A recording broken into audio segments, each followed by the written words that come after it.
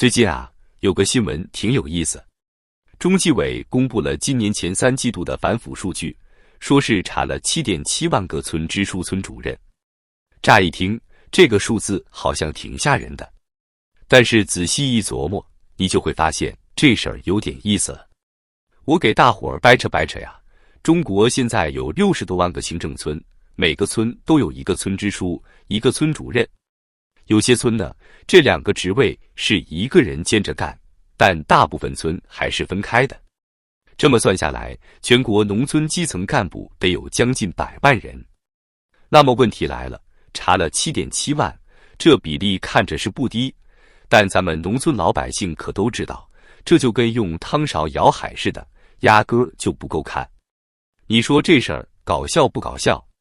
就好比你家进了一群老鼠，打死了几只，然后就吹嘘说，你看我们多厉害，把老鼠都打死了。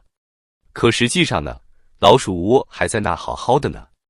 说到这儿，不得不提大庆那个村支书。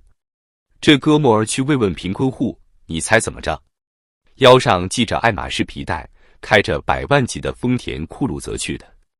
这画面你细品，就跟土皇帝巡视领地似的。但是啊，这都不是最可气的。最可气的是什么呢？是咱们农村这几十年来积攒的怨气。你看啊，前些年搞脱贫攻坚，号称是史无前例的大事业。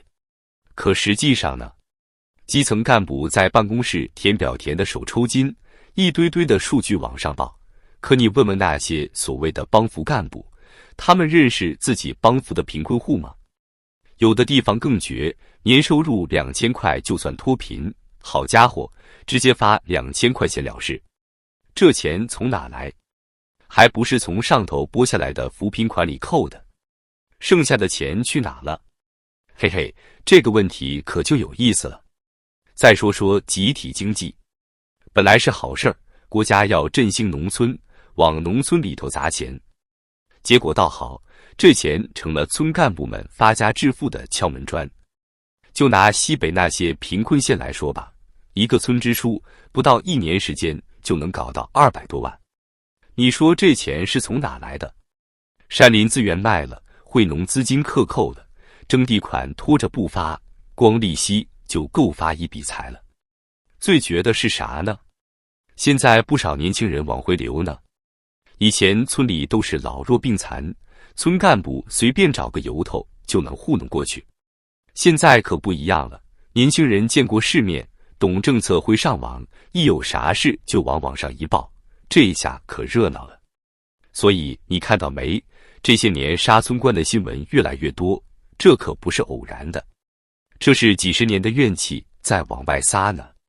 村干部们以前嚣张跋扈惯了，现在碰上个刺头，那叫一个头疼。你们说这农村到底还能不能好？反正我是越看越悬。就像那句老话说的，屋漏偏逢连夜雨。咱们这农村啊，漏的可不只是雨，还有老百姓的心。说起村干部这个群体啊，那可真是一言难尽。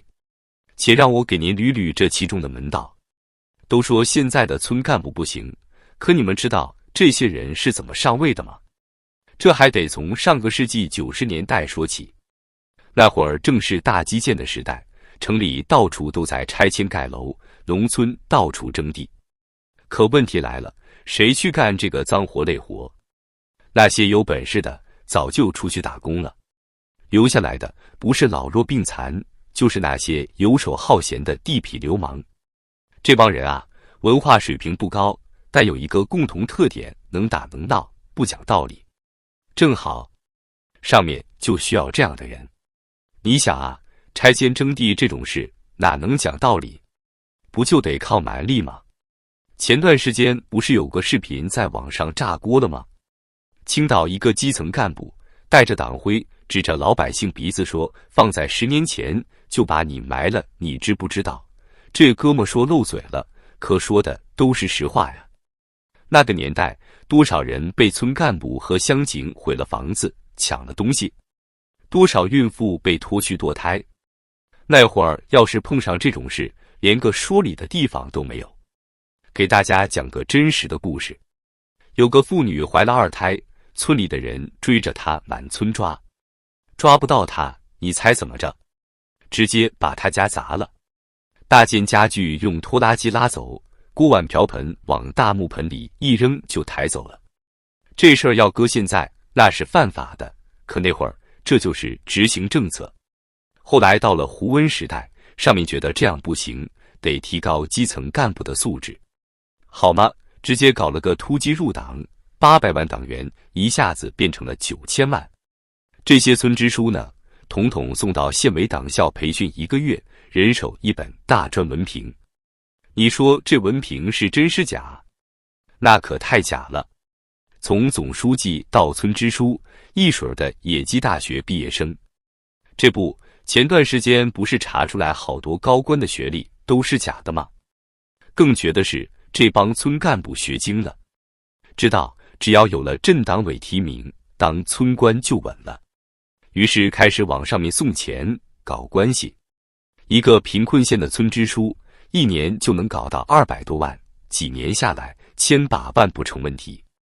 这钱从哪来？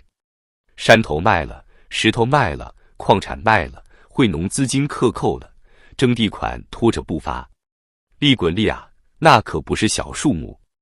最可笑的是，他们还故意卡着党员名额。你想入党？行啊，但得是那种户口在村里，人在外地的。这样一来，实际上住在村里的党员就没几个，每次选举不还得是他们说了算？就这么着，一个人能在一个村当20年的土皇帝。有个村因为举报太多了，市里要求换届。你猜怎么着？折腾了整整20个小时，从白天到凌晨3点，最后还是他当选了。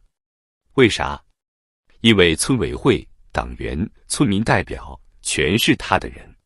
说到这儿，不得不提最近爆出来的江苏第一农民县长宋世敏。这位可是个传奇人物，从一个普通农民愣是干成了副县长。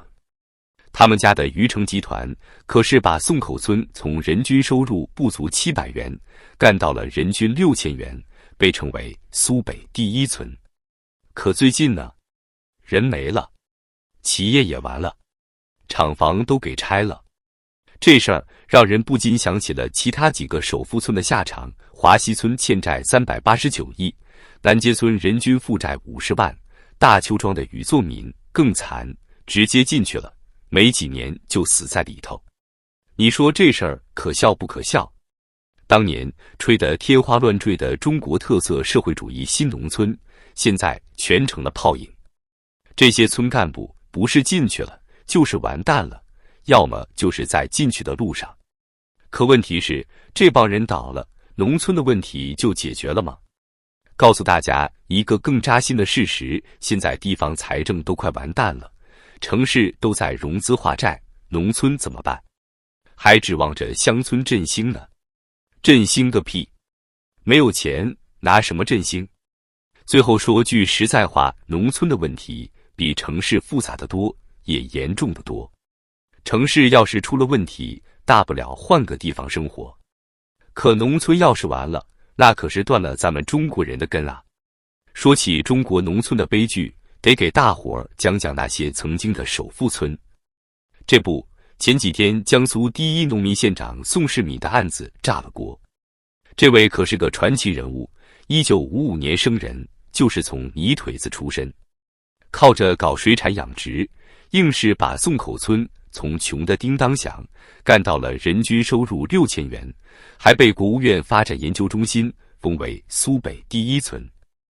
2003年，这位48岁的农民企业家更是创造了历史，成了江苏省第一个从农民中选出来的副县长。媒体铺天盖地地吹，说这是改革开放的伟大成就。可你猜怎么着？到今年7月，人进去了，余城集团那些漂亮的办公楼全让推土机给推平了。更讽刺的是，2021年企业就只剩1个人了，2022年、2023年干脆是0人。那些关联企业10家里有8家都完蛋了。要说宋世敏这事儿还真不是孤立，咱们再说说天下第一村华西村，村支书吴仁宝可是了不得，2005年还上了美国《时代周刊》的封面。可实际呢，吴家4个儿子掌控着村里90.7%的资金，普通村民1个月才挣1000把块钱。2013年吴仁宝一去世，留下了啥？389个亿的债，这么大的窟窿，不知道得填到猴年马月。再瞧瞧河南的南街村，当年可是红得发紫，天天放着东方红，大海航行靠剁手，搞得跟文革似的。村支书王洪斌号称工资就250块，可实际上人家握着9%的股权呢。前任村主任王金忠更绝，死后保险柜里发现2000万现金。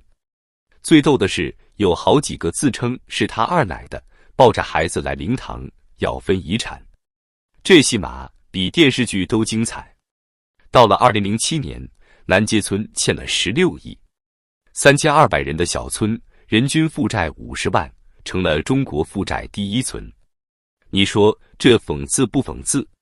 天津大邱庄也是个奇葩。宇作敏当书记那会儿，可是开着奔驰 SL 600防弹车的农民企业家。结果呢，1993年进去了，判了20年，1999年死在里头，到现在都没人知道到底是心脏病还是自杀。看看这些首富村的下场，你就明白中国这个共同富裕到底是咋回事了。要么是变成家族企业，要么是变成黑社会，要么是破产欠债，要么是被搞进去。更绝的是，这帮人把农村合作社变成了自家的提款机，拿着国家的补贴款去银行贷款，再去资本市场圈钱。亏了没事，反正是集体的钱；赚了那肯定是自己的了。就这么着，一个小山村愣是能让一家子富得流油。村民分到啥了？顶多是每年开会时发点福利，搞个年终聚餐。现在中央天天喊着要搞乡村振兴，可你看看这些样板村的下场，就知道这事儿悬。没有真正的民主选举，没有透明的财务制度，没有公平的利益分配，就算把钱往农村里头倒，最后还不是便宜了那些新土皇帝。最后说句实在话，中国农村这些年走的路，压根儿就是条歪路。一边是贫困户年收入2000块就算脱贫，一边是村干部们豪车豪宅满街跑。这种畸形发展，不崩才怪。BBC 说，华西村是一场中国共产主义实验的破灭。我看不只是华西村，整个中国农村的实验都破灭了。就这么着，还敢跟老百姓画什么乡村振兴的大饼，做什么美丽乡村的春秋大梦？真是应了那句老话，纸里包不住火，这火迟早要烧起来。